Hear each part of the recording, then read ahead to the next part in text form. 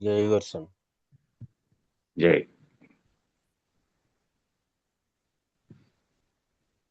చేస్తాడా మనం చేస్తామా?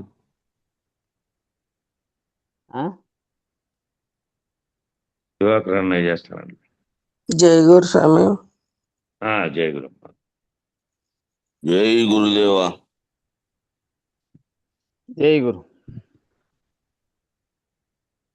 గురు బ్రహ్మ గురు విష్ణు గురుదేవో మహేశ్వర గురు సాక్షాత్ పరబ్రహ్మ తస్మై శ్రీ గురవే నమః. ఓం నమో బ్రహ్మాదిభ్యో బ్రహ్మ విద్యా సంప్రదాయ కర్తృభ్యో వంశ ఋషిభ్యో మహద్భ్యో నమో గురుభ్యః. సర్వోపప్లవరహిత ప్రజ్ఞాన ఘన ప్రత్యగర్ధో బ్రహ్మైవాహమస్మి అహం పదార్థరహితః. గురవే సర్వలోకానాం విషజే భవరోగిణాం నిదయే సర్వ విద్యానాం శ్రీ దక్షిణామూర్తయే నమః. బృహద్వాసిష్ట సిద్ధాంతం పూర్ణబోధోపదేశికా వెంకటేశ్వర యోగేంద్రం సద్గురుభ్యో నమో నమః. ఆత్మానాత్మమతీతమనిశ్యం కేవలాత్మోపదేశికాం వేముల రామయార్య యోగేంద్రం సద్గురుభ్యో నమో నమః.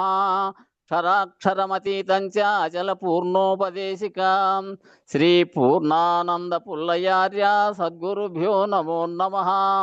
ద్వయాత్మరహిత సిద్ధాంతం పరమపురుష ప్రబోధకాం శ్రీ వివేకానంద సుబ్బయార్య సద్గురుభ్యో నమో నమః. అస్మద్గురు సమారంభం కృష్ణ సాందీప మధ్యమాం ఓంకారపీఠ పర్యంతం వందే గురు పరంపరం. జై సద్గురు ప్రభు మహారాజుకు జై, గురు పరంపరముకు జై. జై గురు. బోధామృత తత్వ కందార్థములు.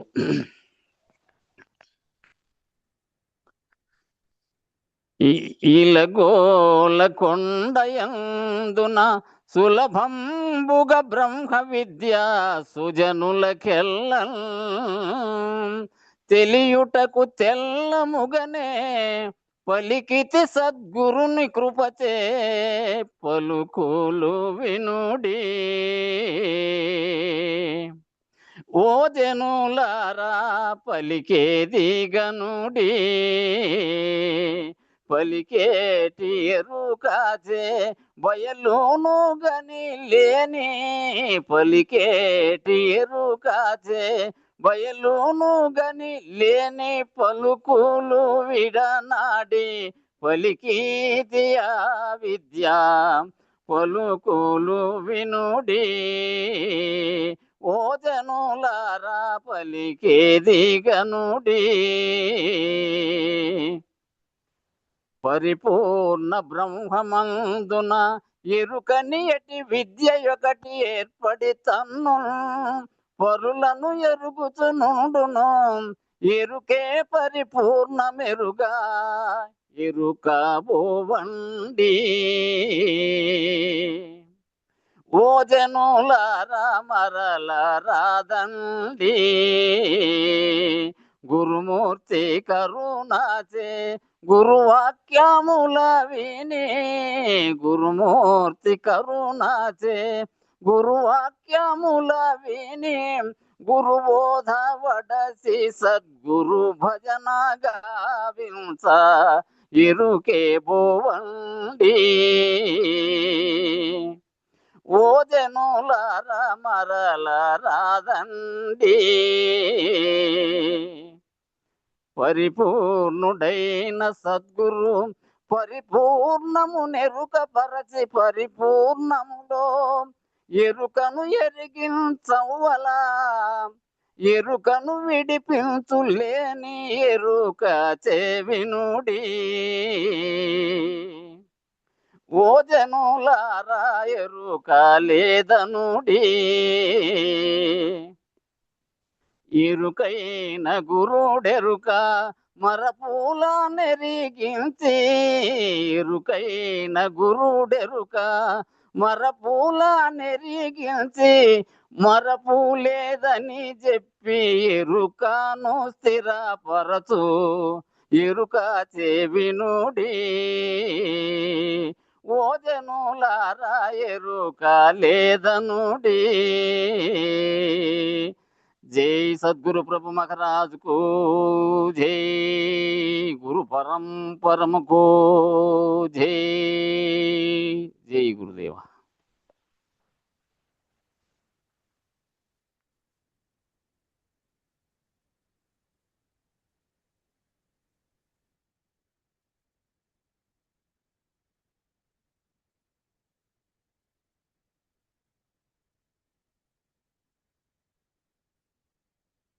ఏమన్నా ఆశిద్దన్నా మర్చిపోతువే?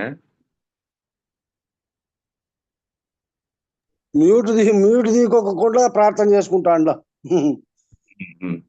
జై శ్రీ సద్గురు ప్రభు మహారాజుకు జై. జై శ్రీ పూర్ణానంద పుల్లయాజులకు జై.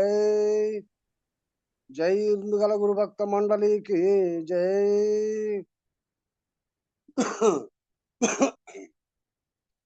నిన్న జరిగినటువంటి దాంట్లో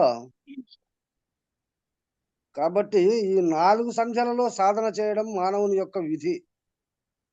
దాని ద్వారా కర్మయోగం సిద్ధిస్తుంది. అంటే 4 సంధ్యలలో రోజుకు పగటిపూట 2, సాయంత్రం 1, తెల్లవారుజామున 1.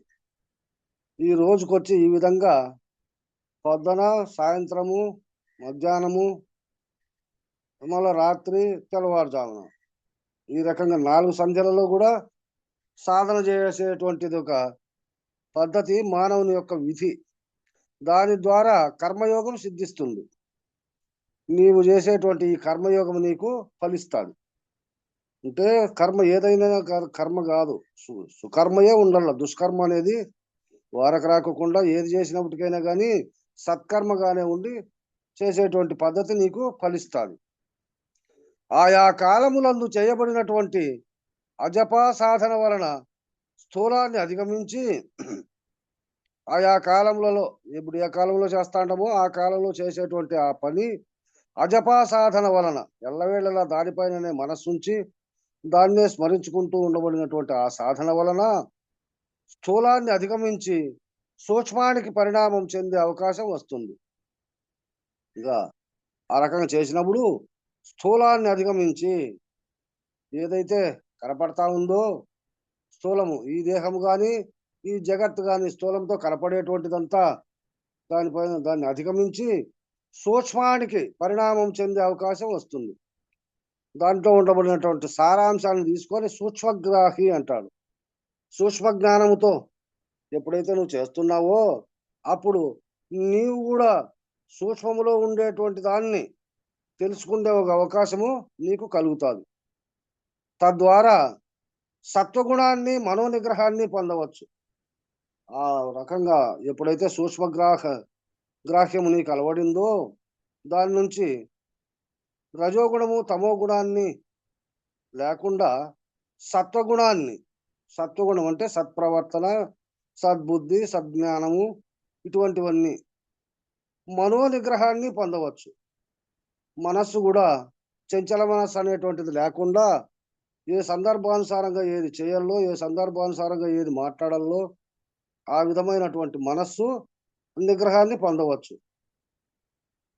ఈ అజపాస్థితిని పొందిన వారందరూ ధ్యానము, యోగము ద్వారా భావశుద్ధిని, సత్యశుద్ధిని పొంది భావనా బలాత్ భక్తిరుక్తమా అని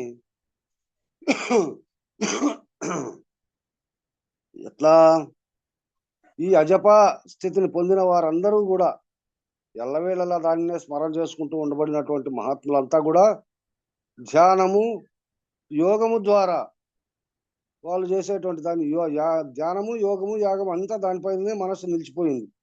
తద్వారా భావశుద్ధిని, తనలో ఉండబడినటువంటి కల్మషమైనటువంటి భావాన్ని శుద్ధి చేసుకుంటూ సత్వశుద్ధిని పొంది స్థిరమైనటువంటి సత్ప్రవర్తన, సత్వశుద్ధిని అంటే సత్వగుణ సంపత్తిలో ఉండబడినటువంటి ఆ భావన పొంది భావనా బలాత్ భక్తిరుక్తమా ఎప్పుడైతే ఆ రకంగా చేసినారో అటువంటి ఆ భావన చేతనే ఆ సద్భావన అనేటువంటిది బలపడుతుంది. అదే భక్తిగా ఏర్పడుతుంది. నిశ్చలమైన బుద్ధి వలన చంచల బుద్ధి మానుంటివేమి అంటాడు. నిశ్చలమైనటువంటి ఈ బుద్ధి వలన నీ చంచల బుద్ధి మానుంటివేనని మొదటి కందార్థాల్లోనే మనకు వచ్చింది. అటువంటి ఆ చంచల బుద్ధి మానుకుంటే దానికి ఒక అవకాశం ఏర్పడుతుంది, ఒక కందార్థంలో వస్తుంది. బుద్ధి అటు ఇటు పోకుండా ఉంటుందన్నమాట. బుద్ధి చాంచల్యం ఉంది కదా, కాబట్టి దాన్ని ఈ పద్ధతి ద్వారా దాన్ని నిలబెట్టడానికి ఒక అవకాశం ఏర్పడుతుంది. భావశుద్ధి కలిగినప్పుడు ఆది దైవతంలో నిలకడ చెంది ఉంటుంది. ఈ భావశుద్ధి ఎప్పుడైతే ఉందో మొట్టమొదటనే నీ యొక్క సంకల్పము, నీ యొక్క మనస్సు, నీ యొక్క బుద్ధి ఇవన్నీ కూడా ఆ దైవతంలో నిలకడ చెంది ఉంటుంది, దైవత్వంలో ఉంటుంది. ఆ ఆది దైవతమే నీవైపోతావు. అప్పుడు నిలబడేదే కాదు, అదే నువ్వైపోతావు, నీకు వేరుగా ఉండదు. అప్పుడు ఆ రకంగా సేవించబడుతున్న జగత్తు నీవై సేవించబడుతుంది. ఇంకా ఏదైతే నువ్వు ఈ జగత్తునంతా నేను జగత్తు రెండు ఒకటేను అనేటువంటి స్వభావాన్ని ఎప్పుడైతే చెందినావో అప్పుడు ఈ జగత్తంతా కూడా నీవే అయిపోయి నీవే ఈ జగత్తునంతా కూడా సేవించడానికి అనుకున్నట్టుగా ఏర్పడుతుంది. అనుకోవడం కాదు, అది అనుభూతి నిర్ణయము, అది అయిపోతుంది అంతే. చూడు, అనుకునేదే కాదు, అదే నువ్వైపోతావు, అంతకంటే వేరే లేదు. ఈ మార్గంలో ప్రయాణం చేయటం అంతా స్థూల సూక్ష్మ కారణ శరీరాలను దాటడం లాంటిది. ఈ రకంగా నువ్వు తెలుసుకునేది, తెలియబడేది, నువ్వు చేసేది ఇదంతా కూడా ఎట్లుందంటే స్థూల సూక్ష్మ కారణ శరీరాలను దాటడం లాంటిది. ఈ కనపడేటువంటి స్థూలము సూక్ష్మము కారణము ఈ శరీరాలను దాటేదానికి ఒక అవకాశం ఏర్పడుతుంది. ఏది ఆచరిస్తే నువ్వు స్థూల సూక్ష్మ కారణ స్థితులను అధిగమించగలవో, ఏ పద్ధతిని ఆచరిస్తే ఆ పద్ధతిలో నువ్వు దాటేదానికి అవకాశం ఉందో ఆ అధిగమించే నిర్ణయాన్ని, నడకను అందించేటటువంటి పద్ధతికి ధర్మం అని పేరు. ఇవన్నీ ఏదైతే నువ్వు అధిగమించి ఆ నిర్ణయాన్ని, ఏది అతీతమైనటువంటి ఆ నిర్ణయాన్ని, ఆ పద్ధతి అంటే ఆ నడకను అందించేటటువంటి ఆ పద్ధతికి, ఇవన్నీ వదిలిపెట్టేసి నువ్వు ఏ పద్ధతి తీసుకొని దాంట్లో ఆచరిస్తాండావో ఆ పద్ధతికే ధర్మం అని పేరు. ఇక ఎవరి ఇష్టం వచ్చినట్లు వాళ్ళు ఉండవచ్చు కదా అనొచ్చు. అంటే అది ధర్మం అంటే అది తానుకు అది ధర్మం అయింది, ఇంకోరికి ఇంకోటి ఎవరెవరు ఇష్టానుసారం కదా వాళ్ళు ఉండొచ్చు కదా అని అంటావేమో. ఇష్టమనే పదములో మానవుడు స్థూలానికి కట్టుబడిపోతున్నాడు. ఎవరి ఇష్టం వాళ్లకు అని అంటే ఆ ఇష్టము అనే దాంట్లోనే ఆ మానవుడు ఆ ఇష్టానికి కట్టుబడిపోతా ఉన్నాడు ఈ మానవుడు. అందువల్ల అధిగమించలేడు. ఎప్పుడైతే తానిష్టానికే తాను కట్టుబడి ఉన్నప్పుడే మిగతా వాళ్ళందరూ తానుకు పట్టవనే కదా ఆడ అర్థము. కాబట్టి ఆ స్థూలానికి అంటే ఇష్టము అనేటువంటి ఆ పదానికి, ఆ భావానికి ఆ మానవుడు కట్టుబడిపోతా ఉన్నాడు. అందువల్ల అధిగమించలేడు. తన ఇష్టమే కాదు, సర్వజనులకు సమ్మతమైనటువంటి భావాన్ని ఎప్పుడైతే నువ్వు కలిగించుకుంటావో అది ఇష్టము. అంతేగాని తానుకు మాత్రం ఇష్టమైంది, మిగతా వాళ్ళకి ఇష్టం కాకపోయినా నాకు ఇది ఇష్టమైంది అనడము అదంతా పద్ధతి కాదు. కాబట్టి దాని నుంచి తాను అధిగమించలేడు. అందుకే పెద్దలు ఏమన్నారంటే నా ఇష్టము అన్న దగ్గర అంతా అది అధర్మం అని చెప్పారు. ఎవరైతే ఇది నా ఇష్టం అని దానికే ప్రాధాన్యం ఇచ్చి దాంట్లోనే ఎవరైతే ప్రవర్తిస్తా అంటారో అది అధర్మం నాయన అని చెప్పి పెద్దలు చెప్తారు. ఎందుకంటే నీ ఒకరికి మాత్రమే తరమవుతుంది కానీ అందరికీ అది సమ్మతం కాదు కదా. కాబట్టి ధర్మబలం ఎంత అంటే స్థూల సూక్ష్మ కారణ స్థితులను అధిగమించేటంత ఈ ధర్మం ఎట్లా అంటే స్థూలంలో గాని సూక్ష్మంలో గాని కారణంలో గాని వాటినన్నిటినీ అధిగమించేటటువంటి స్థితి రావాల. అది ధర్మం. ఆ ధర్మం అయినప్పుడు అది అందరికీ కూడా ధర్మం అవుతుంది. అప్పుడు అక్కడ ఏమంటే ధర్మరాజు ఆ రీతిగానే స్వర్గారోహణ పర్వానికి చేరాడు.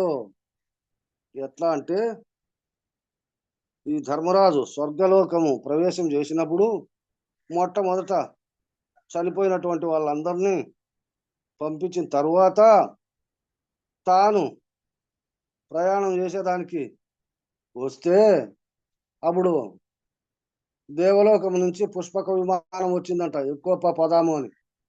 బొందితో వాళ్ళంతా చనిపోయిన తర్వాత వాళ్ళ ఆత్మలు వైకుంఠానికి పోతే ఇప్ప ప్రాణంతో ఉన్నట్లే స్వర్గం నుంచి విమానం వచ్చింది తప్ప నువ్వు ఎక్కువ విమానం అంటే అక్కడ ఆ ధర్మరాజును పరీక్షించే దానికోసము యమధర్మరాజు ఒక కుక్క అవతారము వేసుకొని వచ్చి తాను సాన్నిధ్యంలోనే ఉంటాడు. అప్పుడు చెప్పను విమానం ఎక్కమంటే లేదు, చాలా కాలం నుంచి ఈ కుక్క నా సాన్నిధ్యంలోనే ఉంది, దాన్ని వదిలిపెట్టి నేను వచ్చేదానికి లేదు కదా, అది కూడా వస్తే దాన్ని కూడా ఎక్కించుకుంటే తట్టుంటే నేను విమానం ఎక్కుతానంటాడు. అది ధర్మరాజు యొక్క ధర్మమైనటువంటి పద్ధతి. అంటే సర్వము నాతో పాటునే ఉండాలా అనేటువంటి భావన. ఆ రీతిగానే స్వర్గారోహణ పర్వానికి చేరాడు. ఆయన జీవితము ఈ స్థూల సూక్ష్మ కారణ పద్ధతులుగా అధిగచ్చతి అనే స్థితిలో ఉండి చేశాడు.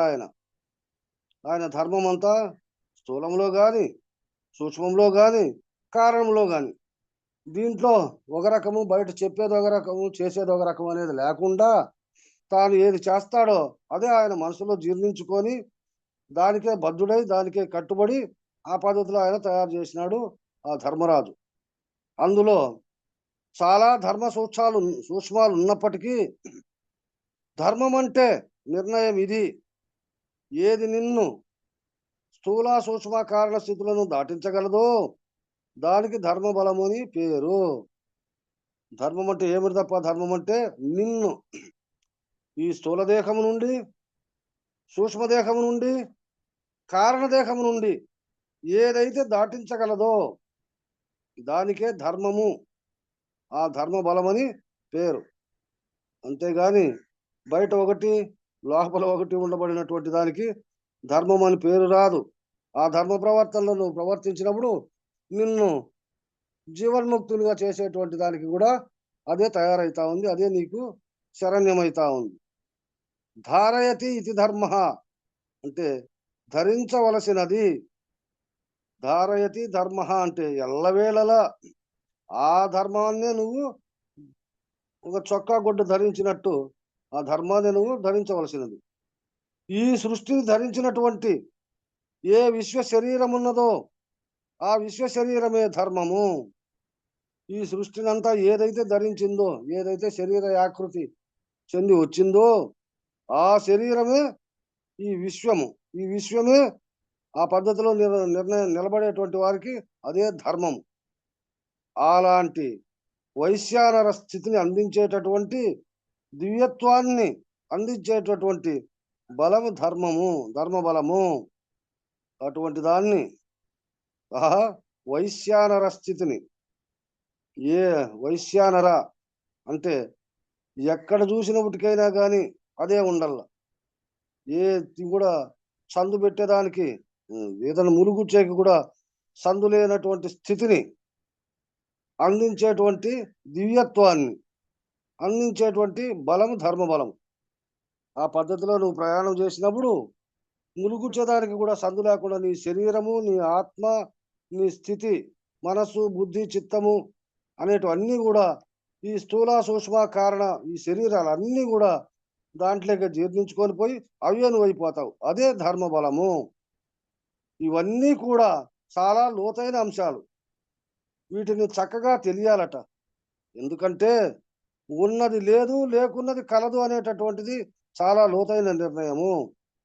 ఉన్నది లేదు, లేకున్నది కలదా అని తనలో తానే మోహింపుచుండని కందార్థంలో వచ్చినటువంటిది ఆ వాక్యము. మానవ జీవితంలో ఈ రెండు అంశాలను విచారణ మార్గం ద్వారా అధిగమించాలి. ఈ మానవ జీవితంలో ఈ రెండు విషయాలను, ఈ రెండు అంశాలను ఉన్నది లేదని ఎందుకంటా ఉంది, లేనిది ఉందని ఎందుకంటా ఉంది, ఎట్లా నిర్ణయం చేసి అంటా ఉంది అనేటువంటి దాన్ని, ఈ అంశాలను విచారణ మార్గం ద్వారా అధిగమించాలి. విచారణ చేసి వాటిలో ఉండబడినటువంటి ఆ సారాంశాన్ని గుర్తిరగాలి, గుర్తించి ఆ పైన ప్రయాణించాలి. వేరే విధంగా పనికిరాదు. వేరే ఎన్నో రకరకాలుగా మాట్లాడుకుంటే అదంతా పనికిరాదు. ఎన్ని సాధనలు ఉపాసనలు చేసినా ఆత్మనిష్ట బ్రహ్మనిష్ట కలగాలంటే ఈ రెండింటిని దాటాలి. ఎన్ని ఉపాసనలు యాగాలు యోగాలు ఎన్ని చేసినప్పటికైనా కానీ కుదరదు నాయనా. ఈ ఆత్మనిష్ట బ్రహ్మనిష్ట కలగాలంటే ఈ రెంటిని దాటాలి. ఏది ఉంది ఏది లేదు, ఉన్నది లేదు లేకున్నది కలదాని అనేటువంటి భావాన్ని మనం గుర్తించాలంటే ఎంతో ఆత్మనిష్ట బ్రహ్మనిష్ట కలగాల. ఆ బ్రహ్మనిష్టతోనే దీన్ని దాటేదానికి ఒక అవకాశం ఉంది. ఆత్మనిష్ట ఉన్నది లేదు అన్నటువంటి మిథ్యను తొలగిస్తుంది. ఇక ఆత్మనిష్ట ఎప్పుడైతే ఉందంటే లేదు అనేటువంటి ఈ మిథ్య అంటే అబద్ధమైనటువంటి దాన్ని తీసేస్తుంది. బ్రహ్మనిష్ట లేనిది ఉన్నది అనే మాయను తొలగిస్తుంది. బ్రహ్మనిష్ట ఎట్లుందప్ప అంటే లేనిది కలదని అని అంటాంది కదా, లేనిది ఉన్నది ఉన్నది లేదని అంటాంది. అటువంటిదా ఆ దాన్ని తొలగించడానికి బ్రహ్మనిష్ట కావాలి. ఉన్నది అనే మాయను తొలగిస్తుంది. మిథ్య మాయ ఈ రెండింటిని దాటించినటువంటి జ్ఞానం ఏదైతే ఉన్నదో దానికి ఆత్మజ్ఞానమని, ఈ అబద్ధమైనటువంటి జ్ఞానము ఏదైతే ఉందో అటువంటి దాన్ని ఈ రెండింటిని తొలగించేదానికి ఏ జ్ఞానం అయితే ఉందో దానికే ఆత్మజ్ఞానమని బ్రహ్మజ్ఞానమని పేరు. అది తీసేసేదానికే ఆత్మజ్ఞానమన్నా బ్రహ్మజ్ఞానమన్నా దానికి ఆ పేరు వస్తా ఉంది. ఈ మిథ్యా మాయా దాటగలిగేటంత ఆయుస్సు ఉంటే చాలు అన్నారు మహర్షులు.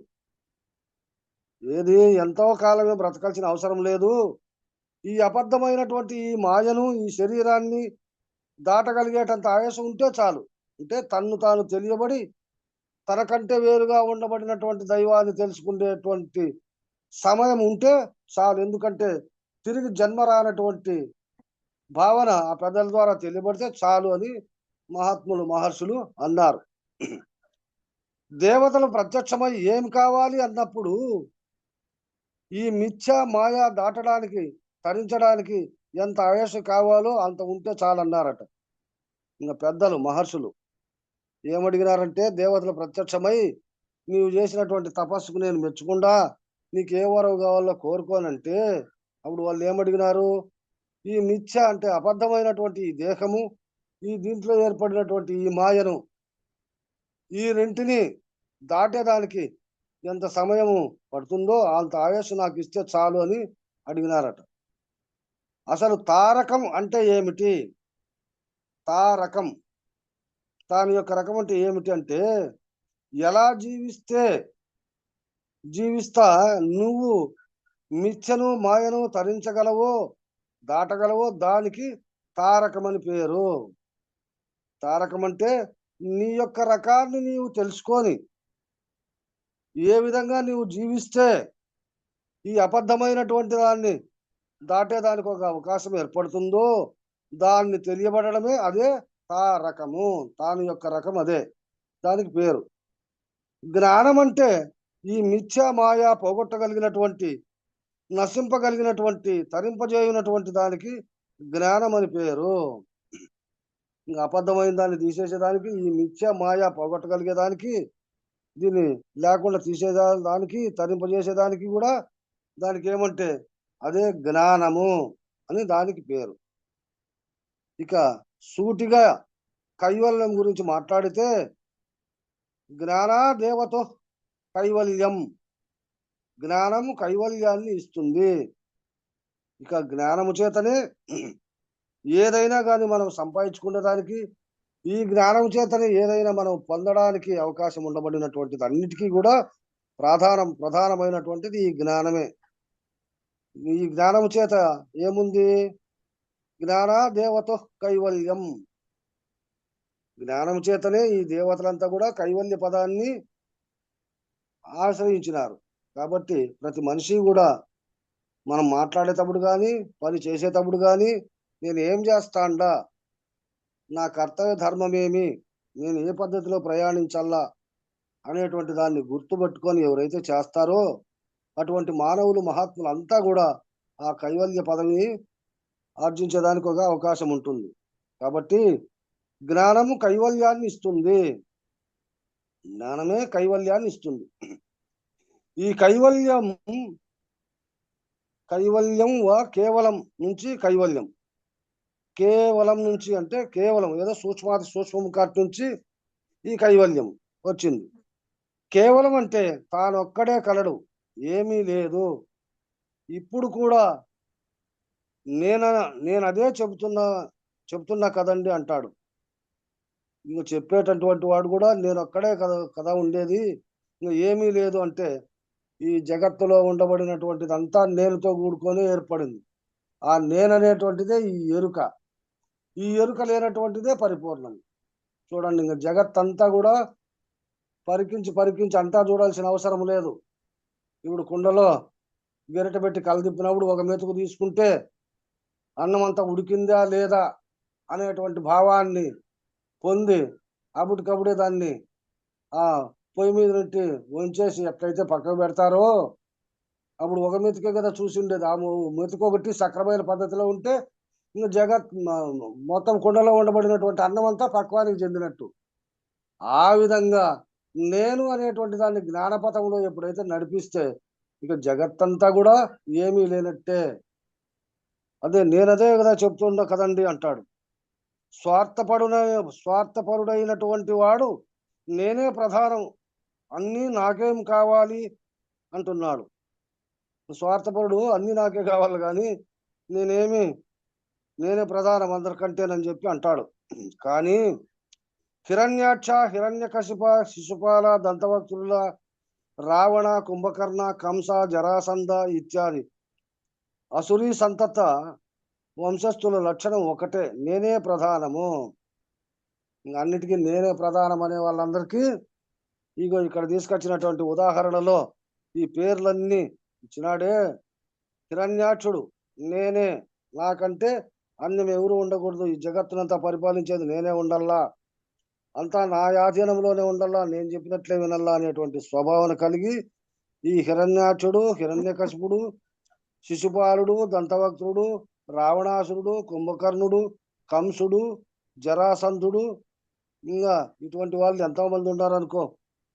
అటువంటి వాళ్ళంతా కూడా ఇత్యాది అసురీ సంతత వంశస్థుల లక్షణం ఒకటే. ఎందుకు వాళ్ళందరికీ ఏముంటుంది? నేనే ప్రధానము, నేనే ఈ జగత్ అంతటికి కూడా అధినాథుణ్ణి, నేను తప్ప అన్యం లేదు, అంతా నా వల్లనే జరగల్లా అనేటువంటి స్వభావన కలిగినటువంటి వాళ్ళందరూ నాకే కావాలన్నీ. మరి వీళ్ళు అలాగే ఉన్నారు కదా. మరి ఆ రకంగా ఎప్పుడైతే వాళ్ళకి ఆ భావన వచ్చిందో ఇంకా ఉండబడినటువంటి వాళ్ళకు కూడా అదే వస్తుంది కదా, రాకుండా ఎట్లుంటుంది? కాబట్టి శక్తివంతులుగా కనపడుతున్నారు కదా అంటే వాళ్ళ వల్ల మానవలోక కళ్యాణము అసాధ్యము. అటువంటి వాళ్ళు ఎంత శక్తి ఉన్నప్పటికైనా కానీ వాళ్లకు మానవలోక కళ్యాణము అసంభవం. ఎందుకంటే వారి బుద్ధులే వీళ్ళకు వస్తాయి. వాళ్ళు ఏ రకంగా నేను నాది అని పరిపాలన చేస్తాండారో అదే విధంగా ఉండబడినటువంటి ప్రజలు కూడా, పాలకుడు అంతే ప్రజలు అంతే, వాళ్ళకు కూడా అదే బుద్ధులు వస్తాయి కదా. కాబట్టి వాళ్ళకు మానవ కళ్యాణం చేసేటువంటి భావన అక్కడ కుదరదు, అది అసాధ్యం. తమోగుణ ధర్మంతో, మిథ్యాత్వంతో మాయకు లొంగినటువంటి వారు, తమోగుణం అంటే అంధకారమైనటువంటి దాంట్లో పడిపోయినారు. చీకటి జ్ఞానంలో సుజ్ఞానం అనేటువంటిది లేదు అక్కడ. అజ్ఞానములో పడి ఆ మాయకు లోనైపోయి దాంతోనే నేను అనే అహంకారానికి వశులై అంధకారంలో పోయినటువంటి వాళ్ళంతా. కాబట్టి మిథ్య తొలగనిదే మాయ తొలగదు. వాస్తవమైనటువంటి దాన్ని నువ్వు తెలుసుకోకపోతే నీలో ఉండబడినటువంటి ఆ మాయ అనేటువంటిది పోదు, అది తొలగదు. ఊరికే ఇదంతా వట్టిదే కదండి, మిథ్యే కదా, మాయే కదా అనే కంటే చేసి తరించడములో, నిర్ణయాన్ని పొందడములో, దృఢంగా నిలబడడంలో, సహజమై ఉండడంలో చాలా విశేషమైనటువంటి పరిణామము, పరిపక్వత ఉన్నది. ఊరికే నోటితో మాట్లాడుకుండేది కాదు, దాన్ని ఆచరణయుక్తంగా అనుభవించి దానిలో ఉండబడినటువంటి సారాంశాన్ని నువ్వు గుర్తించి దాన్ని 10 మందికి పంచగలిగి అటువంటి దాన్ని నువ్వు ఆచరణయుక్తంగా ఎప్పుడైతే దాంట్లోనే నిర్ణయ పద్ధతిగా నువ్వు సంచారం చేస్తావో అప్పుడు దానికి ఉండబడినటువంటి ఆ గుణాలు నీకు వచ్చినట్టు అవుతాయి. అంతేగాని ఊరికే నోటి మాటలతో అనుకున్నంత మాత్రాన అది ఎట్లయితుంది నాయనా, అది పరిపక్వత చెందదు. కాబట్టి ఏ గురువును ఆశ్రయించినా నీ మనోపరిధిని, నీ మనోభూమికను, నీ అంతఃకరణాన్ని అధిగమించి జ్ఞాత అనే సాక్షిత్వంలో వారి సన్నిధానంలో కనుక నువ్వు ఆ యత్నంగా ఉండగలిగితే ఆ స్థానం నీకు ఉపయోగపడుతుంది. నువ్వు ఏ గురు సాన్నిధ్యానికి పోయినప్పటికైనా కానీ, ఏ గురువును ఆశ్రయించినప్పటికైనా కానీ నీకు తరించేదానికి ఒక నిర్ణయ పద్ధతి పొందాలనే దానికి, దృఢంగా నిలబడడానికి, సహజంగా ఉండాలనేటువంటి ఆ భావాన్ని చెందినప్పుడు ఆ విశేషమైనటువంటి పరిణామము అప్పుడు ఎప్పుడైతే నువ్వు భావములో దాన్ని ఊహించుకుంటావో ఆ పద్ధతిలోకి నువ్వు పరిణామం అంటే అదే నువ్వైతావు. అదే నువ్వైనప్పుడు పరిపక్వత ఉన్నది. ఆ రకంగా పక్వత చెంది నువ్వు ఆ గురువును ఆశ్రయించినా నీ మనోపరిధిని, నీ మనోభూమికను, నీ అంతఃకరణాన్ని అధిగమించి జ్ఞాత అనే సాక్షిత్వంలో వారి సన్నిధానంలో కనుక నువ్వు అయత్నంగా ఉండగలిగితే, ఏ దానిపైన ప్రయత్నం అనేది లేకోకుండా అన్ని గురువే, అన్నిటికంటే గురువే అధికుడు, గురువు చెప్పినటువంటిదే వేదము అనేటువంటి భావన, అయత్నంగా అంటే ఏ యత్నము లేకోకుండా ఆయన చెప్పేదే స్థిరము శాశ్వతము అనేటువంటి భావంలో ఉండగలిగితే ఆ స్థానం నీకు ఉపయోగపడుతుంది. అంతేగాని నేను గురు సాన్నిధ్యానికి పోయినా నా ఇష్టం వచ్చినటువంటి ప్రవర్తనలు చేసుకుంటూ ఏదో సాయంకాలము పద్దరీడో ఎప్పుడు గురువు కనపడినప్పుడు అప్పుడు రోజుసేపు గురు సాన్నిధ్యంలో ఉంటే చాలులే, మిగతాదంతా నాకే ఉంటాయని అనుకుంటే ఎట్లయితుంది? అవన్నీ వదిలిపెట్టాల. గురు సాన్నిధ్యానికి పోయినప్పుడు ఏదైతే మన జన్మరహిత స్థితికి ఏదైతే ప్రాధాన్యం ఇస్తాందో దానిపైనే మనస్సు ఉంచి సకలము చేసుకుంటూ, ఏదాన్ని వదిలిపెట్టమని చెప్పలే పెద్దలు, అన్ని చేసుకుంటూ చూసుకుంటూ కూడా ఆ స్థానం పైననే మనస్సును పెట్టుకొని దాంట్లో మనము లీనమైపోవాలి. ఆ రకంగా ఉంటేనే అది మనకు పట్టుబడుతుంది. ఆ సాన్నిధ్యం నీకు ఉపయోగపడుతుంది. కాబట్టి గురువును నిర్ణయించుకునేటప్పుడు, ఆశ్రయించేటప్పుడు, మహానుభావులను నిర్ణయించుకునేటప్పుడు ఈ మిథ్యను దాటించగలిగినటువంటి, మాయను దాటించగలిగినటువంటి మహనీయులను ఆశ్రయించాలి. అటువంటి సమర్థత ఎవరి దగ్గర అయితే ఉందో, ఏ గురువు సమర్థుడు, ఏ గురువు అయితే ఈ జనన మరణ భ్రాంతి నుండి నన్ను కడతేరుస్తాడో, నాకు జన్మరహిత స్థితిని ఏ గురువు అయితే నాకు తెలియజేసి నన్ను పొందిస్తాడో అటువంటి మహాత్ముని నేను చేరుకోవాలా అనేటువంటి భావన మొట్టమొదటనే ఆలోచించి గురువును ఎన్నుకొని అటువంటి గురువులను ఆశ్రయించాలి.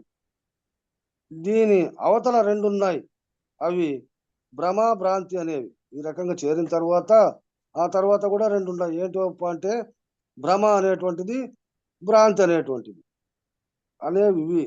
మిథ్య మాయ, దీనికి భ్రమ భ్రాంతి రెండు ఉన్నాయి. అదే మిథ్య మాయ, దానికే భ్రమ భ్రాంతి, ఈ రెండు ఉన్నాయి.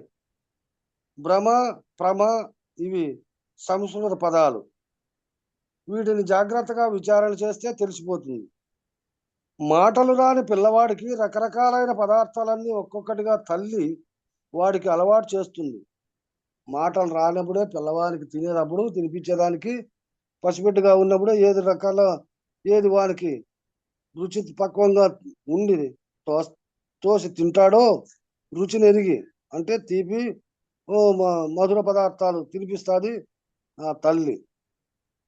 వాడి ఆరోగ్యాన్ని, ఎదుగుదలను, వికాసాన్ని దృష్టిలో పెట్టుకొని వాడు ఆయుర్జీవన పర్యంతము దృఢంగా స్థిరంగా ఉండాలనే ఉద్దేశంతో చాలా దూరం ఆలోచించి లక్ష్యాన్ని దృష్టిలో ఉంచుకొని తల్లి 6 నెలల వయస్సు దాటినప్పటి నుంచి ఈ యజ్ఞాన్ని ప్రారంభిస్తుంది. ఆ పిల్లవాడికి 6 నెలల వరకు పాలిస్తూ 6 నెలలు దాటుతానే ఇంకా పాలు సాలకస్తాయి, పాలతో ఈ శరీరం అభివృద్ధి పొందలేదని, వానికి ఏదైతే వాని శరీరం దృఢంగా ఎదుగుదలకు తయారవుతుందో దానికి కావలసినటువంటి పదార్థాలన్నీ ఆ తల్లి ఊహించుకొని ఆ బిడ్డకు తినిపిస్తా వస్తుంది. దాటినప్పటి నుంచి ఈ యజ్ఞాన్ని ప్రారంభిస్తుంది. అలా యజ్ఞ భావనతో దైవీ కర్మగా చేసినట్లయితే ఆ యజ్ఞం ఆ తల్లి ఆ రకంగా చేస్తా ఉందో ఆ భావనతో మనం కూడా ఒక యజ్ఞము ఏది దైవీ కర్మగా చేసినట్లయితే అంతా గురుదేవులే, గురుదేవులు ఏదైతే చెప్తున్నాడో అదే వాస్తవము అనేటువంటి ఆ దైవీ జ్ఞానముతో దైవీ కర్మగా చేసినట్లయితే అర్కపురి అమ్మ చెప్పినట్లు, అర్కపురి అమ్మ అమ్మకు ఊరికి అట్లా పేరు పెట్టారు అర్కపురి అని. అమ్మ చెప్పినట్లు అందరి ఎడల మాతృత్వ భావన స్థిరపడుతుంది కదా. ఆ అర్కపురి అమ్మ చెప్పినటువంటిదే అందరిలో కూడా ఈ అమ్మ భావన అందరిలో కూడా ఏర్పడుతుంది కదా. ఏది మాతృత్వ భావన. ప్రతి స్త్రీకి కూడా ఎప్పుడైతే ప్రసవ వేదన అయిపోయిన తర్వాత ఆ బిడ్డను చూసుకునే దానికి మాతృత్వ భావన స్థిరపడుతుంది. ఈశ్వరుడనే తన బిడ్డగా భావించినటువంటి పద్ధతిగా ఈ ఈశ్వరుడే తన బిడ్డగా భావించేటటువంటి పద్ధతిగా ఈ జగత్తుకే జన్మనిచ్చినటువంటి ఈశ్వరుడు కూడా నా బిడ్డే కదా అనేటటువంటి భావన కూడా ఆమెకు ఏర్పడుతుంది. ఈశ్వరుడే తనకు బిడ్డ, తన బిడ్డ ఈశ్వరుడు కాదు. ఈశ్వరుడికి తనకు అభేదంగా అద్వయంగా నిలకడ చెందగలిగేటటువంటి లక్షణము ఏర్పడుతుంది. ఇట్లా దివ్యత్వాన్ని సాధించాలి. ఈ విధమైనటువంటి భావన చేత గొప్పదైనటువంటి ఆ దివ్యత్వాన్ని సాధించాలి. ఇలా దైవీ స్థితిలో నిలకడ చెందాలి. ఆ రకంగా ఆ దివ్యత్వాన్ని అంటే గొప్పతనాన్ని పొంది దాంట్లోకే దైవీ స్థితిలో నిలకడ చెందాలి. ఏదైతే సాధించినామో దాన్ని ఆచరణయుక్తంగా తీసుకొని దాంట్లోనే ప్రయాణించాలి. నేనన్న స్థానంలో ఈశ్వరుని పెట్టాలి.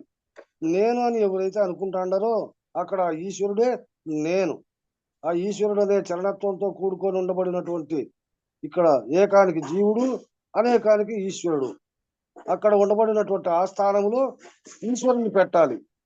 కొందరు చివరికెళ్ళిన తరువాత చిన్నగా సౌండ్ తగ్గి చివరికెళ్ళిన తర్వాత మీరే ఏమీ లేదని ముందే చెప్పేస్తున్నారు కదా. కొంతమంది అంతా దీన్ని అంతా దాటుకొని పోయిన తర్వాత ఇంకేమీ లేదని మీరే చెప్తున్నారు కదా. ఇవన్నీ ఎందుకండి అంటే తప్పు కదా. ఇవన్నీ ఎందుకు చెప్తున్నారు అంటే అదంతా తప్పు కదా. సంవత్సరం పిల్లవాడికి 90 ఏళ్ల వృద్ధుడికి ఏమి తేడా లేదండి అని, ఇదంతా చేయడం వేస్ట్ నాన్న, తినడం వేస్ట్, ఉండడం వేస్ట్, చేయడం వేస్ట్ అని 90 ఏళ్ల వృద్ధుడు సంవత్సరం పిల్లవాడికి చెప్పడం సమంజసమా? ఒక సంవత్సరం పిల్లోడు ఉన్నాడు, 90 ఏళ్ళ ముసలోడు ఉన్నాడు. వాళ్ళల్లో వాడికి వీడికి వాడు మనిషే వీడు మనిషే కదా, ఏం తేడా లేదు కదా అని ఇదంతా చేయడం వేస్ట్ నాన్న, తినడం వేస్ట్, ఉండడం వేస్ట్, చేయడం వేస్ట్ అని 90 ఏళ్ల వృద్ధుడు సంవత్సరం పిల్లవాడికి చెప్పడం సమంజసమా? పిల్లవాడు వాని ఇష్టం వచ్చినట్టు వాడు తింటా అంటాడు, వాడిని వేస్ట్ చేస్తా అంటాడు, వాని తొలగా, వాని అల్లరా, వాని కథ ఏటేటివన్నీ ఉంటాయి. ఇవన్నీ వేస్ట్ కదా అని చెప్పేది సమంజసం అంటే అదంతా సరిపోతుందా? 90 ఏళ్ల స్థితికి అవన్నీ అవసరం లేదు. 90 ఏళ్ల వృద్ధునికి అవన్నీ ఏం అవసరం లే. అనవసరము పరిణామము పూర్తయిపోయింది. అవసరమయ్యేది, అవసరం కానటువంటిది అవన్నీ అనుభవించి ఆ స్థాయికి వచ్చినాడు కాబట్టి ఇవన్నీ మొట్టమొదటి నుంచి చిన్న వయసులో నుంచి తీసుకొని వాటి ద్వారా ఈ శరీర అభివృద్ధి చెంది ఇప్పుడు ఈ వయసుకు చేరుకున్నాడు. కానీ సంవత్సరం పిల్లవాడికి అవి అవసరము. ఇప్పుడు దాంట్లో అవసరం లేదని చెప్పనుకోవచ్చు, కానీ సంవత్సరం పిల్లోనికి అవి అవసరం. కానీ ఈ విషయాలోకం కానీ ఈ పంచపంచ పరమాన్నాలు కానీ వానికి అవసరమా అంటే వానికి అవసరం లేదు. వానికి ఏ తిండి కావాలో ఆ తిండి అవసరం.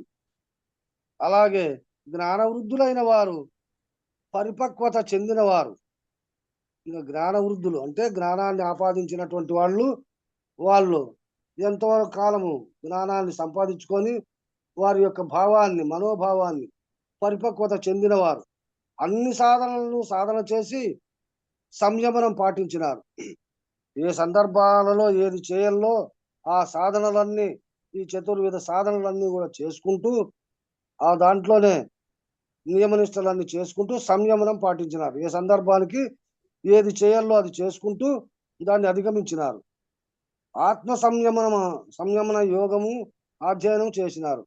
ఈ ఆత్మను కూడా ఏ సందర్భానికి ఇది ఎట్లా చెలించల్లా, ఎట్లా నిలబెట్టల్లా అనేటువంటి దాన్ని కూడా ఆ పద్ధతిని కూడా అధ్యయనం చేసి దాన్ని ఆ మనస్సును కూడా ఒక కట్టుదిట్టమైనటువంటి భావనతో నిలబడేటట్టుగా చేసినారు. అభ్యాసము చేసిన వారు, రెప్పపాటులో సమాధినిష్ఠులై ఉండగలిగిన వారు, ఏ సందర్భానుసారంలో ఏళ్ళలో ఆ రకంగా చేసినటువంటి వాళ్ళు, రెప్పపాటులో అద్వైత స్థితి యందు ఉండగలిగినటువంటి వారు, నిత్య ముక్తులు ఎవరైతే ఉన్నారో వారు మాత్రమే ఇది లేనిది కదా, చూడు ఊరికే ఇదంతా లేనిది కదా అని అనుకుంటానట్టు మాత్రాన ఎట్లయిపోతుందప్ప ఇదంతా లేదనే అనే దానికోసం ఇంత ఉదాహరణ ఇంత రాసి ఇంత అందించినాడు మనకు ఆయన. ఎవరైతే ఉన్నారో వారు మాత్రమే ఇది లేనిది కదా అని అంటే చెల్లుతుంది. అక్షరాభ్యాస జ్ఞానం కూడా లేకుండా ఇది లేనిదే అన్నామనుకోండి, అక్షరాభ్యాసం అంటే మొట్టమొదటి దీని వాసనే తెలియనటువంటి వాళ్ళంతా కూడా ఈ జగత్తు నేను ఇది లేనిది కదా అని అంటే ఎట్లా సరిపోతుంది? ఇదంతా అనుభవపూర్వకంగా అభ్యాసం చేసి అనుభవించి దాంట్లో ఉండబడినటువంటి సారాంశాన్ని గుర్తించి ఆ పైన ఆ మాట అన్నారనుకో అనుభవపూర్వకంగా చెప్పేదానికోగా అవకాశం ఉంది. కాబట్టి అదంతా లేకోకుండా ఇదంతా ఏమీ లేదు కదా అని అంటే ఎట్లయితుందప్ప? అలా లేదంటే నిరూపించలేవు. ఎట్లా లేదప్ప అని అంటే నిరూపించలేవు. కాబట్టి మూఢంగా ఆశ్రయించేది కాదు వేదాంతం. ఏదో మూర్ఖంగా నాకు కావాలని పోయేది కాదు ఇది వేదాంతం. ఇది ఒక బుద్ధి విశేష ప్రక్రియ. ఈ వేదాంతం అంటే ఎట్లా అంటే నీలో ఉండబడినటువంటి బుద్ధి విశేషమైనటువంటి విశాలంగా ప్రవర్తించి ఆ విశాలమైనటువంటి దాంట్లో ఏమేమి ఉందో దాన్నంతా గుర్తించగలిగేటటువంటి శక్తి రావాల.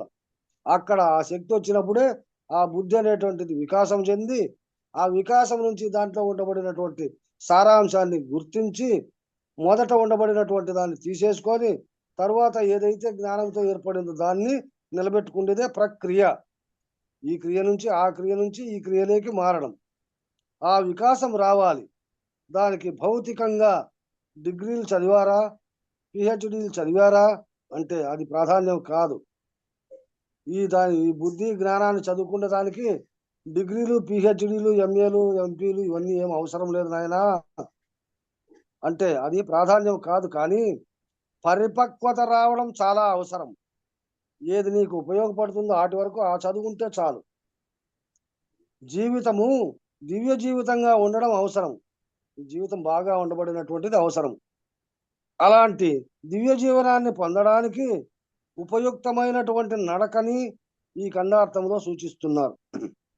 అన్నియు తానై ఇప్పటి వరకు దీనిని విచారణ చేస్తాం. అన్నియు తానై అనే దానికి ఇప్పటి వరకు దీనిని విచారణ చేశాం.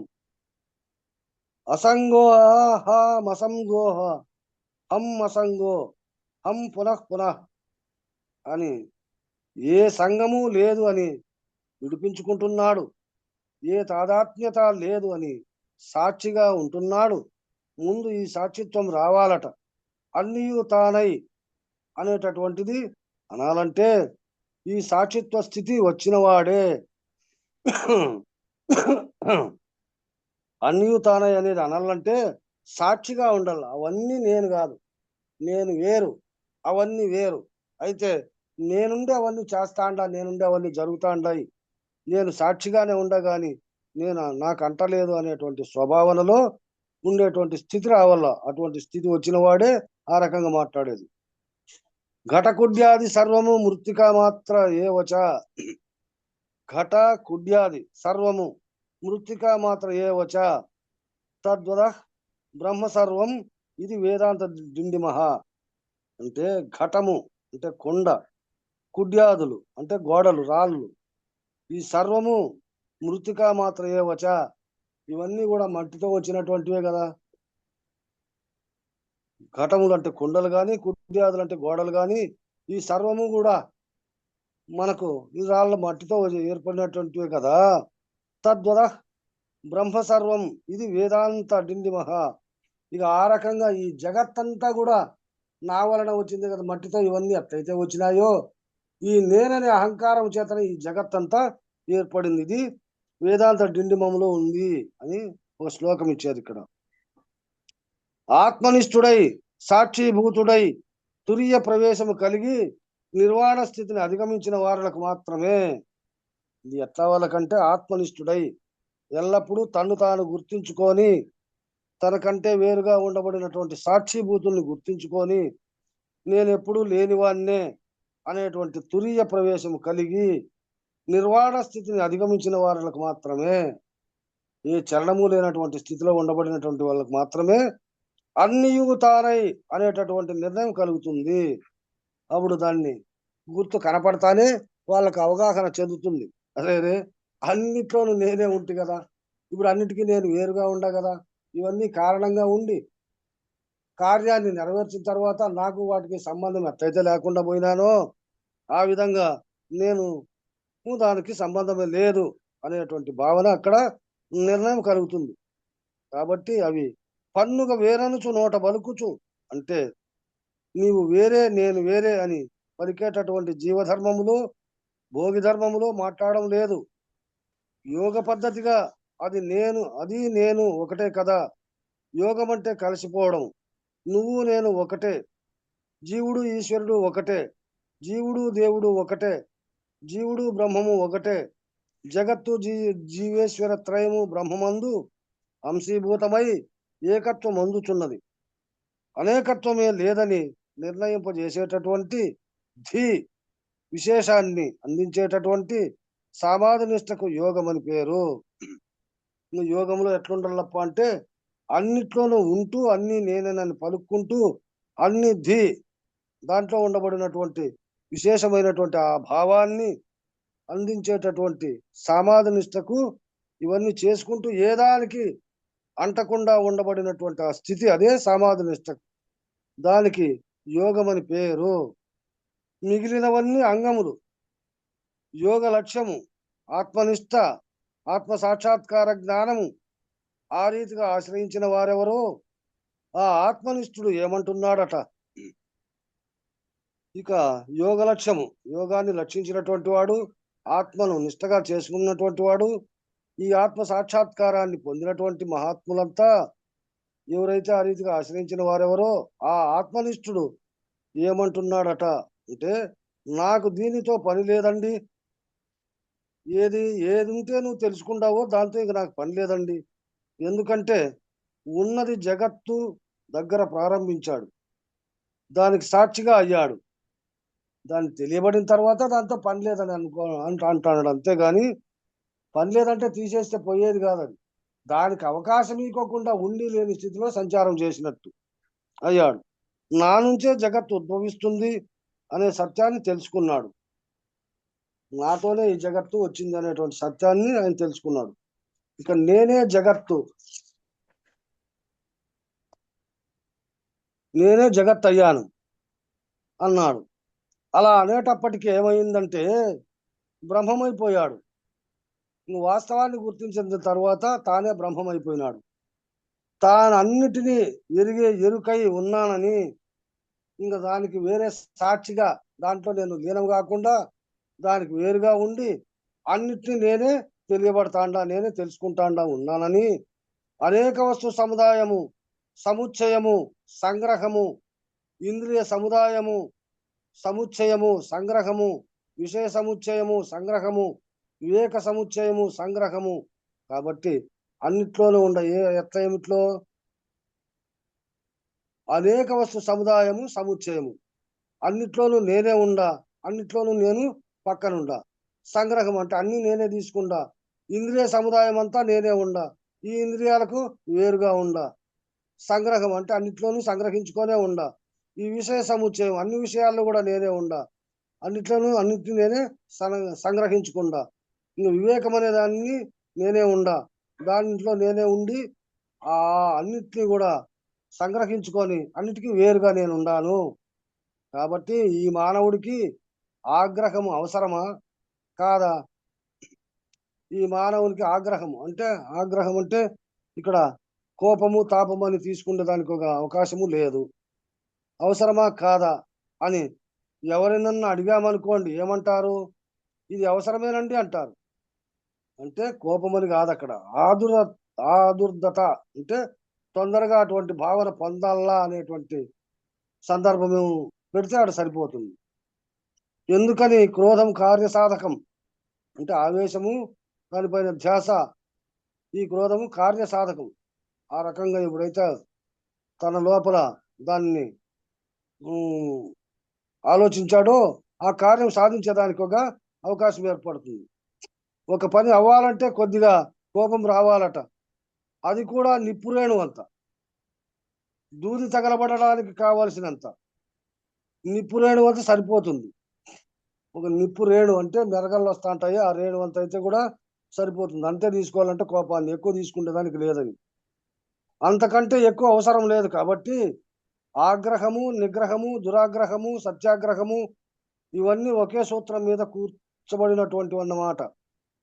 ఆగ్రహము, నిగ్రహము, దురాగ్రహము, సత్యాగ్రహము ఇవన్నీ ఆగ్రహానికి సంబంధించినటువంటివే. కాబట్టి ఏ సందర్భానికి ఎంత తీసుకోవాలో అంత తీసుకోవాల. ఇవన్నీ ఒకే సూత్రం మీద కూర్చబడినవన్నమాట. నీ లోపల ఉన్నటువంటి దుర్లక్షణములు, దుర్నడత ఎడల ఆగ్రహం కలిగి ఉండాలి.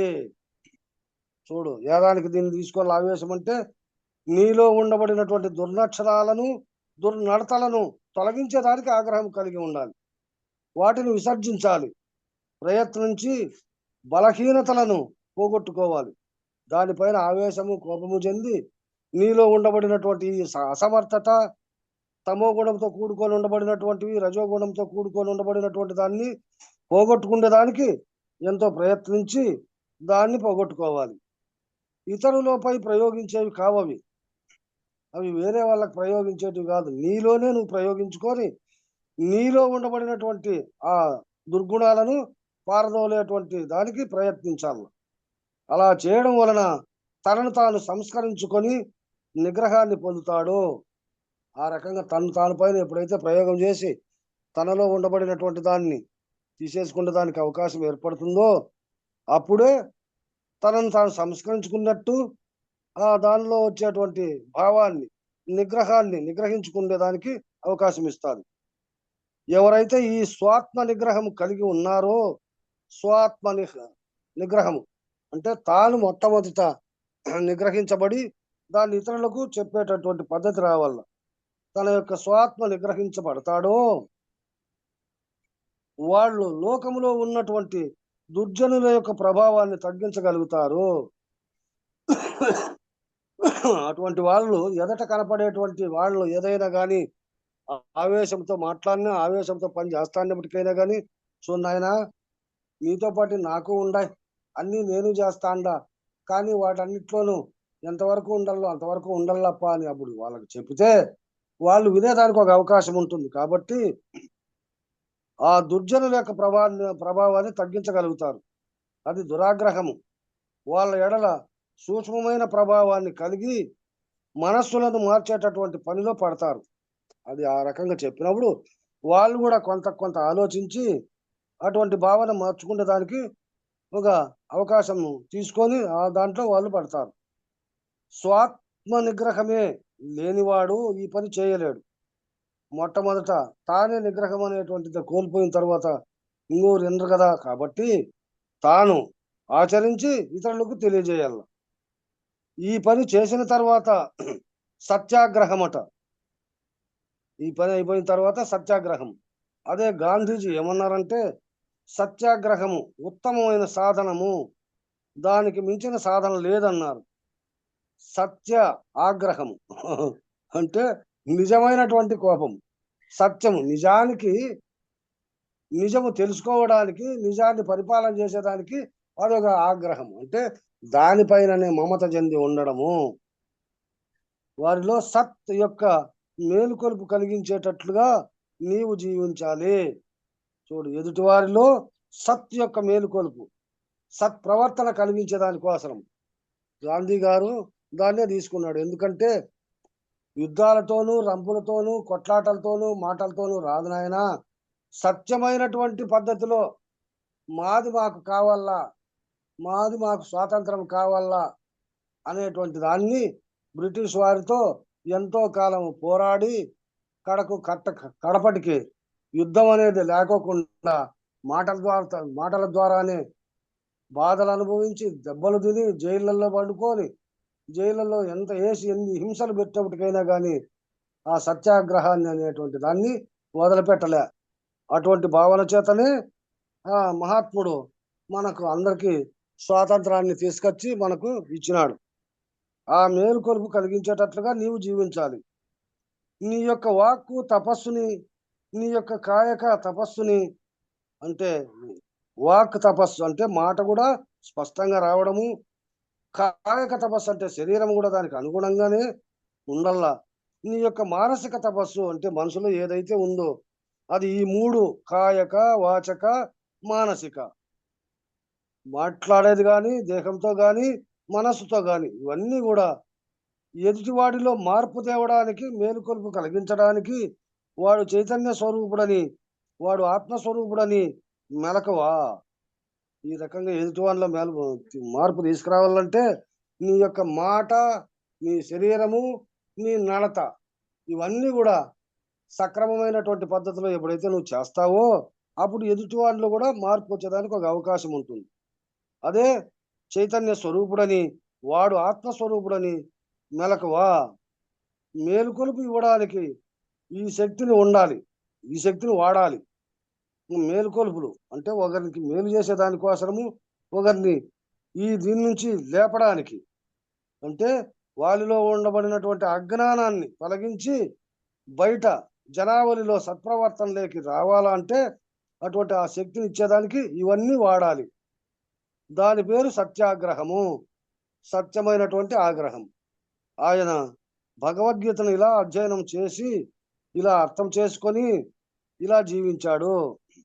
దాన్ని ఎక్కడి నుంచి, ఎవరి నుంచి పొందాడప్ప అంటే ఒక్క భగవద్గీత నుంచినే ఆయన దాంట్లో ఉండబడినటువంటి సారాంశాన్ని అంతా కూడా బాగా చదివి, దాంట్లో ఉండబడినటువంటి సారాంశాన్ని, భావనంతా బాగా అవగాహన అధ్యయనం చేసి ఇలా అర్థం చేసుకొని ఇలా జీవించాడు. భగవద్గీత కృష్ణ పరమాత్ముడు తెలియజేసినటువంటి దాంట్లో ఉండబడినటువంటి సారాంశాన్ని అంతా అవగాహన చేసుకొని ఆ పద్ధతిలో ఆ కృష్ణ పరమాత్మ జీవించాడు, గాంధీ మహాత్ముడు జీవించాడు. అందువల్ల ఆ సత్యాగ్రహానికి అంత శక్తి వచ్చింది. ఆయన వెనకాల కోట్ల మంది జనం ఎలా వచ్చారంటే దాని వెనకాల ఉన్న తపోబలం అది.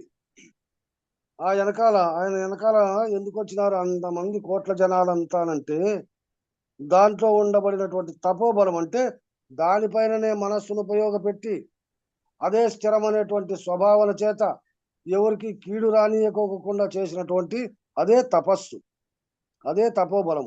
అది ఈ త్రివిధ తపస్సులను దేశ స్వాతంత్రము కొరకు, మానవులలో ఆ మేలుకొలుపును తేవడం కొరకు వినియోగించాడు, సమిష్టి మీద వినియోగించాడు. ఇంకా ఆ మేలుకొలుపు ఎందుకు అంటే ఈ జగత్తు మీద, సమిష్టి మీద, అందరిపైన దీన్ని వినియోగించినాడు. అదే విధంగా అవతార్ మెహర్ బాబా, గాంధీజీ ఒకేసారి తారసపడ్డారు. అక్కడ మెహర్ బాబా గారును ఈ గాంధీ మహాత్ముడు ఇద్దరు ఒకేసారి తారసపడ్డారు. పడ్డప్పుడు ఇద్దరు మాట్లాడుకున్నారు. వారిద్దరూ సంభాషణ మాట్లాడేదంటే ఏ భావనతో ఉండబడినటువంటి వాళ్ళు మాట్లాడుకుంటే ఆ భావన గురించే మాట్లాడతారు, కానీ ఇతరత ఉండవు కదా. ఆ రకంగా వారు మహర్షులు, వీరు అవతారులు. అయ్యా, నా పని మీరు, మీ పని నేను చేస్తే ఎలా ఉంటుంది అనే భావన కలిగిందట ఇద్దరికి. అయ్యా, నువ్వు చేసే పని నేను, నేను చేసే పని నువ్వు చేస్తే ఎట్లుంటుందయ్యా ఇది అని ఇద్దరికి సంశయాలు వచ్చి మాట్లాడుకున్నారట. మీ పని మీదే, నా పని నాదే అన్నారట ఇద్దరు కూడా. ఇది నువ్వు చేయలేవు, అది నేను చేయలేను, కాబట్టి నీది నీదే, నాది నాదే అన్నారట ఇద్దరు. ఇద్దరి యొక్క ఆంతరికమైన స్థితి అభేదమే, కానీ వాళ్ళలో భావము దాన్ని ఆయన నిలబెట్టాలి, దీన్ని ఈయన నిలబెట్టాలి. అంటే ప్రజలకు స్వాతంత్రాన్ని తీసుకురావాలా, ప్రజలను కర్మనిష్ఠులు కాకోకుండా, ఏదో బాధలకు లోను కాకోకుండా, అంటే బాహ్య ప్రపంచంలో వచ్చేటువంటి ఈ బాధలన్నీ చూడలేక గాంధీ మహాత్ముడు స్వతంత్రంగా అయితే వాళ్ళ జీవితం బాగుంటుందని ఈయన ఇట్లా చేసినాడు. ఆయన ఏం చేశాడు మెహర్ బాబా, వాళ్ళలో అంతఃకరణంలో ఉండబడినటువంటి దాన్ని, ఆ మలినాన్ని తొలగిస్తే ఆ మానవుడు స్వయంభవుగా తనంతకు తానుగా ఏ రకంగా జీవిస్తాడో దానికి సముచితమైన మార్గాన్ని ఏర్పరిచేదానికి మెహర్ బాబా గారు అక్కడ దాన్ని వ్యాఖ్యానించినారు. ఇద్దరిది ఒకటే, ఆయన అట్లా చేయాలని ఈయన ఇట్లా చేయాలని. కానీ ఇద్దరి భావన కూడా జగత్ కళ్యాణం కోసమే కదా, లోక కళ్యాణం కోసమే కదా. అది మనము ఆ రకంగా అర్థం చేసుకోవాలి. ఇద్దరు చాలా విశేషమైనట్టు ప్రభావశీలం కలిగినట్టు వారే. శరీరాలు విడిచినప్పటికీ అశరీర పద్ధతిగా వారి యొక్క జీవనము, వారి యొక్క త్యాగము, వారి యొక్క దివ్యత్వము ఇంకా ప్రభావశీలంగా మానవుల మీద పనిచేస్తూనే ఉంది. వాళ్ళు శరీరాలు వదిలిపెట్టి పోయినప్పటికైనా కానీ వాళ్ళు ఇచ్చినటువంటి ఆ గ్రాహిత్వాన్ని, సూక్ష్మ గ్రహణను, దాన్ని గుర్తించేటువంటి శక్తిని, మాటల్లో వచ్చేటువంటి ఆ భావాన్ని ఇప్పుడు కూడా ఈ ప్రజలు ఆచరిస్తూనే ఉన్నారు. కాబట్టి సత్యాగ్రహం అంటే అర్థం ఏమంటే త్రివిధ తపస్సుల చేత పొందినట్టి సామర్థ్యాన్ని మానవులలో చైతన్యవంతమైన ఆత్మోద్ధరణకు సంబంధించినటువంటి ఆత్మోన్నతికి సంబంధించిన మేలుకొలుపు కొరకై ఆ తపశ్శక్తిని వాడాలి. అయిపోయింది. అదే 2 లైన్లు ఉండే. జై శ్రీ సద్గురు ప్రభు మహారాజుకు జై. శ్రీ పూర్ణానంద పుల్లయార్యులకు జై. జై నాయన. జై గురు. స్థిరమగు మీ పదవిని సుస్థిరముగా సంస్థాపనం ఉజేసి జనులకు పరిపూర్ణ బోధ ప్రకటపరచిన మరి శివరామార్యులకు మంగళమనారే. ఆర్యులకిప్పుడు మంగళమనారే. పొంగోచు సిద్ధాంత పూర్ణులయ్యరుకాను భంగపరచిన గురు పారంపర్యులకు మంగళమనారే. తత్పీఠమునకు మంగళమనారే. నిరతము జగములు మీరియు మరుపును ఎరుకయును లేక మాయయు లేక పరిపూర్ణులైనట్టి గురునకు మరి మరి విశ్రాంతి జంద మంగళమనారే. నిత్యము శుభమంగళమనారే. అంగాలింగములకు అతీత మగు మాయా సంగారహిత గురు సభకు అధ్యక్షులకు మంగళమనారే. నిత్యము శుభమంగళమనారే. మరియును పీఠస్థులకును పరమతత్వ విచారులకును నిరతము వేదాంత సభలో నిలకడైన సాధుజనులకు హారతిదిగో మంగళహారతిదిగో. సద్గురుమూర్తుల హారతిదిగో మంగళహారతిదిగో. మంగళం శ్రీ గురుదేవాయ మహనీయ గుణాత్మనే సర్వలోక శరణ్యాయ సాధురూపాయ మంగళం. జై సద్గురు ప్రభు మహారాజుకు జై.